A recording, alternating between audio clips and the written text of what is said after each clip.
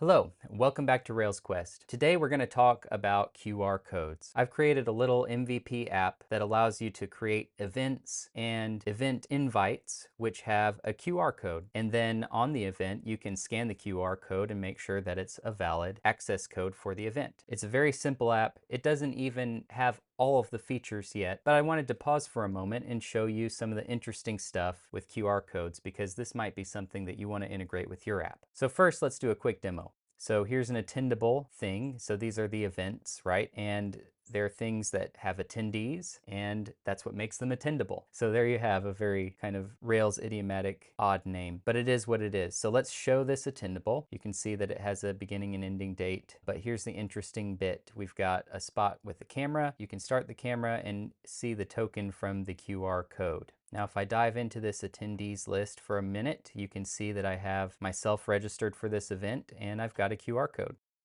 So now what we're going to do is start the camera and scan a QR code.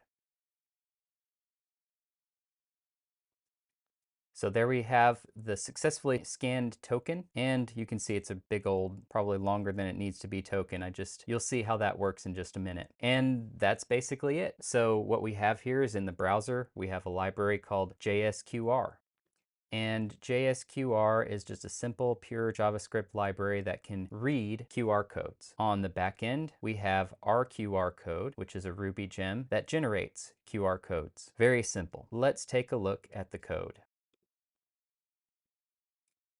Hey, quick pause here. I'm Caleb Lape, and if you're watching this video, I'm guessing you're trying to make your software dream a reality. After a decade of building Rails apps for companies like GitHub, I've realized something. Tutorials are great, but they can't replace the experience. Every week you spend piecing together solutions is a week. You could be collecting customer feedback. You could be shipping. That's why I help founders turn their ideas into working MVPs, like the ones you're seeing here, in 30 days or less. No more tutorial hell, no more stuck projects. If you're ready to stop learning and start launching, click the link in the description. Let's get your idea in front of real customers. Now, back to the video.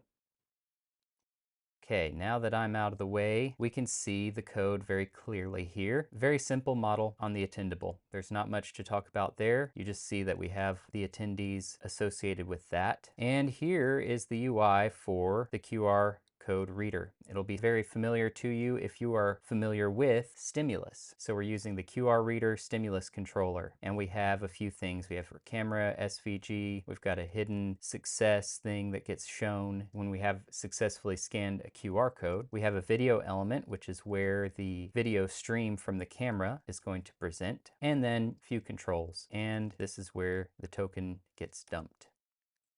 So let's take a quick look. You can see I'm importing the JSQR. This is coming from import map, which by the way, this whole project it's no build, falls under the banner of no build. I'm using CSS0 for the styling, which I've talked about before on the channel, and it's an awesome library. You should check it out. CSS0, all spelled out as words. But here we're using the JSQR library, and it is compatible with import maps using Rails import maps. So we import the JSQR library, and down here is where it works its magic. Maybe we can talk in more detail about some of these elements, but you need to go read up on how to access the video stream from the webcam in the web API. There's lots of good documentation out there. Use Google, Perplexity, whatever you want to use to find out more about that. I've got a very basic implementation right here. But fetch QR from snapshot is what we want to look at right now. So we have a little bit of, we're drawing on a canvas. We've got a hidden canvas that we're using to dump the data into so we can process it. Here we do a little bit of pre-processing. I'm not going to talk too much about that. Just something I was experimenting with in fine-tuning how quickly this could recognize a QR code. And this right here is the important thing. You don't even need this line or this line. You could just do this right here and it would work. So like I said, I was just experimenting with some quality improvements there. And then you pass that image data that you get from the canvas, which is where you have dumped your video stream information. It's a snapshot, a frame from that video. And you pass it into here with a little information about the width and the height. And JSQR, let's go to where this is used.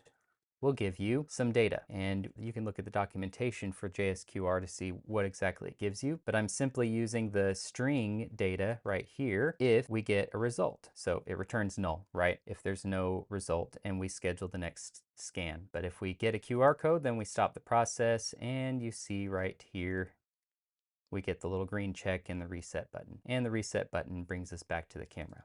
So simple as that on the front end. I say simple, it's less than 200 lines of code. It's not bad at all. And a lot of that is just some wiring up view things. So very, very simple. And this is going to be even simpler.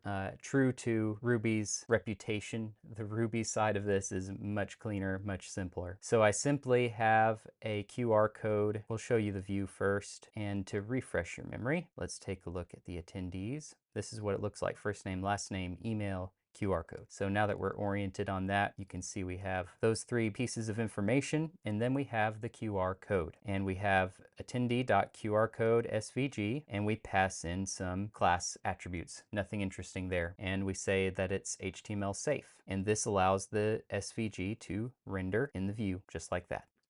Simple as that. And does it get any easier than this? You create the RQR code. We say as SVG. It can also generate PNGs. And again, you can look at the documentation for RQR code, and you can see what all the options are that are available. And I'm using a few of them right here.